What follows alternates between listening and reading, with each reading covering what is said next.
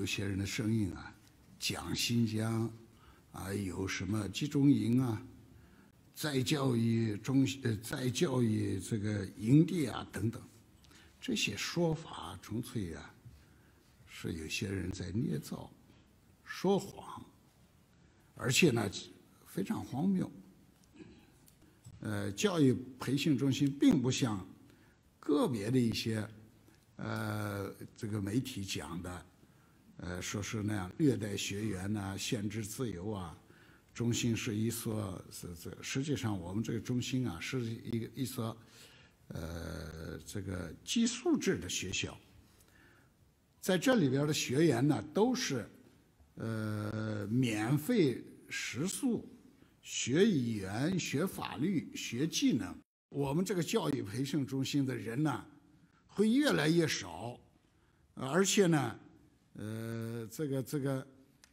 越来越少。如果有一天社会不需要的话，可以教育培训中心逐步就给消失了。远不像有些人炒作的，说。有上百万人之多，不是这样的。这个极端化，往往它披着一个宗教的外衣，来蛊惑群众，忽悠老百姓，特别是对文化层次比较低的这些人。